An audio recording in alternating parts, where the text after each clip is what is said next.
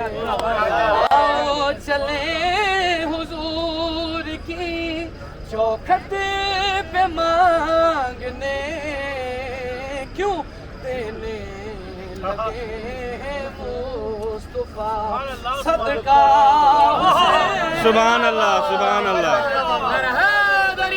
یا علی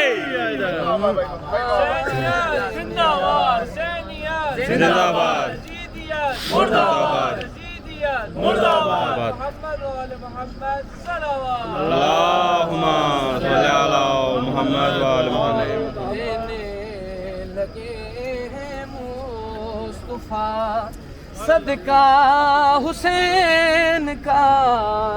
اور آخری مصرع میری حاضری میں عالم تخیل میں اللہ دے گھر تے سوال کیتا میں کہ کعبہ ساڈا قبلہ تو ہے، اس ویلے تک ساڈی نماز نہیں ہوندی جڑے ویلے تک ساڈا رخ تیرے والے پاسے نہ ہوئے۔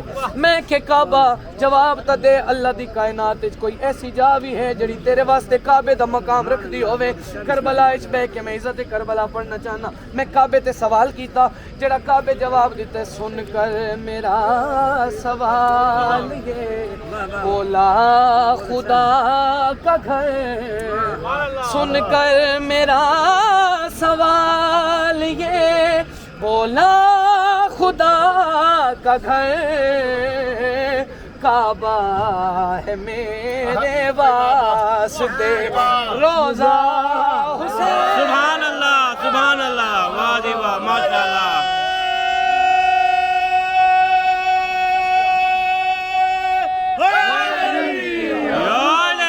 پر محمد آل محمد بلندر صلوات۔ اللہم صلی علی محمد و آل محمد۔ سلامت رہیے۔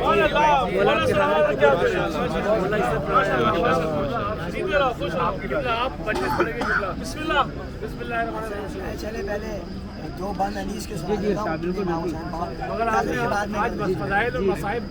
تقریر کر دیتے ہیں، ان کو دیر ہو رہی ہے، ان کی روانگی ہے، پہلے میں ان کی نظر کروں۔ میں آپ نے نام حسین پڑھا، میر انیس نے کہا قبلہ جیسے ہی حسین نے ذوالفقار کھینچی 12 میل تک لڑتے ہوئے جاتے تھے حسین، ہر بار پہ کہتے تھے جیسے ہی لڑتے ہوئے جا رہے ہیں پکار کر کہتے تھے لا حول ولا قوت الا باللہ۔ معصوم سے پوچھا مولا حسین ہر بار پہ یہ کیوں کہہ رہے تھے؟ کہا طاقت کے زور پر علی کو خدا مانا تھا، یہی بد عقل لوگ جب حسین کی شجاعت دیکھتے حسین کے قدموں میں گر کے کہتے آپ ہی ہمارے خدا ہے۔ تو حسین نے توحید کو بچایا۔ انیس نے اپنے قلم اٹھایا اور پکار کر کہا حسین اپنا رجز خود پڑھ رہا ہے۔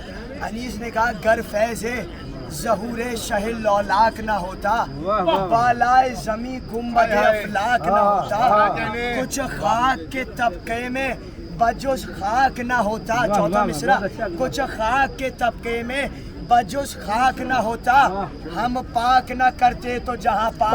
سبحان اللہ، سبحان اللہ۔ ہم پاک نہ کرتے تو جہاں پاک نہ ہوتا۔